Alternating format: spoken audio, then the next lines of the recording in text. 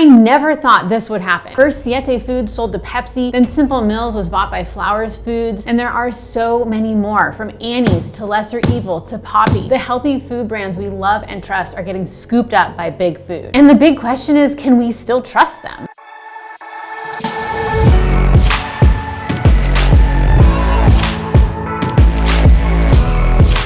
I'm Lacey, a nutrition coach, wellness expert, and founder of Cleanish. I've spent over a decade in health and wellness, lost 50+ pounds multiple times, and have helped thousands of others do the same by focusing on real and lasting habits. And I've personally recommended many of the brands we're talking about today. Siete, Simple Mills, Primal Kitchen, Rouse, Poppy, Honest Tea, Lesser Evil, Annie, Kashi. They've all been bought out by massive corporations over the last decade. We had a deal. In 2024 alone, there were over 500 food and beverage acquisition deals. Why? Because we're voting with our dollars. People are buying more clean label, health forward products, and big food wants in on some of that action. I want some of that. On the surface, this could be a great thing. These brands get more distribution, healthier food becomes more accessible, and I think that's why this hits so hard. These brands weren't just healthier options, they were a sign that things were finally changing, that we didn't have to settle for processed junk. And so when they got bought out, it feels almost like that progress is being taken away. My God, why? I still remember the first time I found Siete tortillas in the store. I was so shocked that I could read and recognize every ingredient. It felt like someone finally made a product just for me. For once, I didn't have to compromise. And the same thing goes for Primal Kitchen, which was sold to Kraft Heinz in 2018 for $200 million.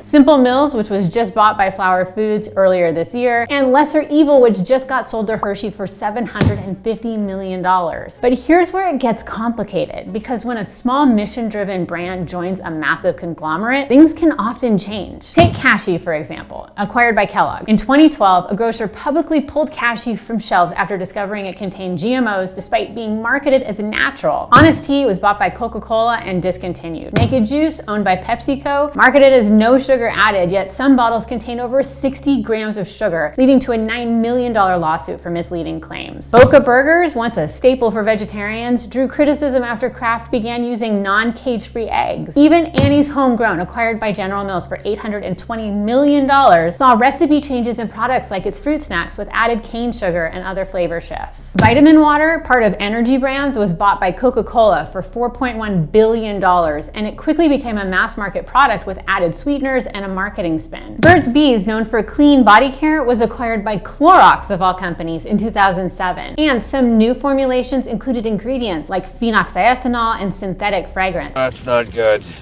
This isn't fear-mongering, it's a pattern, and it's worth paying attention to. As a business owner myself, I can tell you it's a constant fight to prioritize better ingredients, avoid artificial additives, and protect product integrity. When a company scales or gets bought out, the people who built it, the ones who cared the most about keeping the formula sacred, often lose that ability to defend those choices and protect that mission. And that's when things really start to change. Even in my own business, I've had to say no to cheaper ingredient options multiple times just to stay true to what I believe in. And I don't have shareholders breathing down my neck. Imagine what happens when you do. Stop breathing down my neck, Sharon! That said, things may be starting to change. There's growing pressure from the government to push for healthier standards, like phasing out artificial dyes in foods, which is awesome. And that's a really good thing. And it could mean that some of the values from these smaller brands are finally making their way into the mainstream. But it still remains to be seen how it's going to play out. And it's not all bad news. There are some brands that have stayed remarkably true to their values even after being acquired by massive corporations. Oh,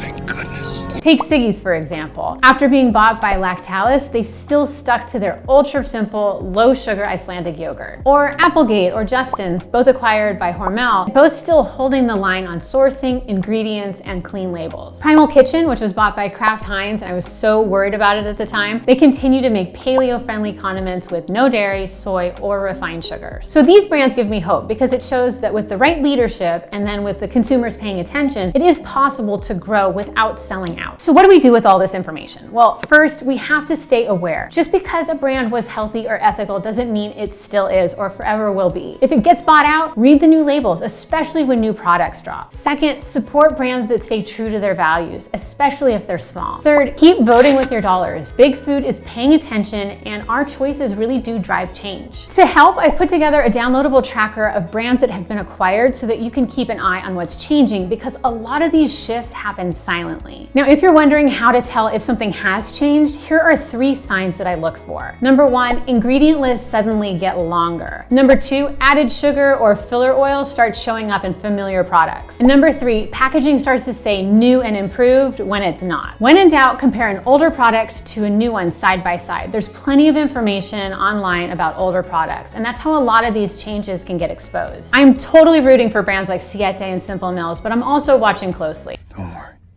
I'm watching you. This is exactly why I started building Cleanish, because I wanted to create something that doesn't compromise on ingredients no matter how big it gets. What about you? Have you noticed ingredient changes in your favorite brands? Does this make you feel like you need to be more cautious? Let me know in the comments. I'd love to have your take on it. And if you want to make sure the products you're buying still live up to their labels, watch this video next on how to spot hidden sugars in so-called healthy brands. It'll help you stay one step ahead. Thanks so much for watching. I'll see you next time.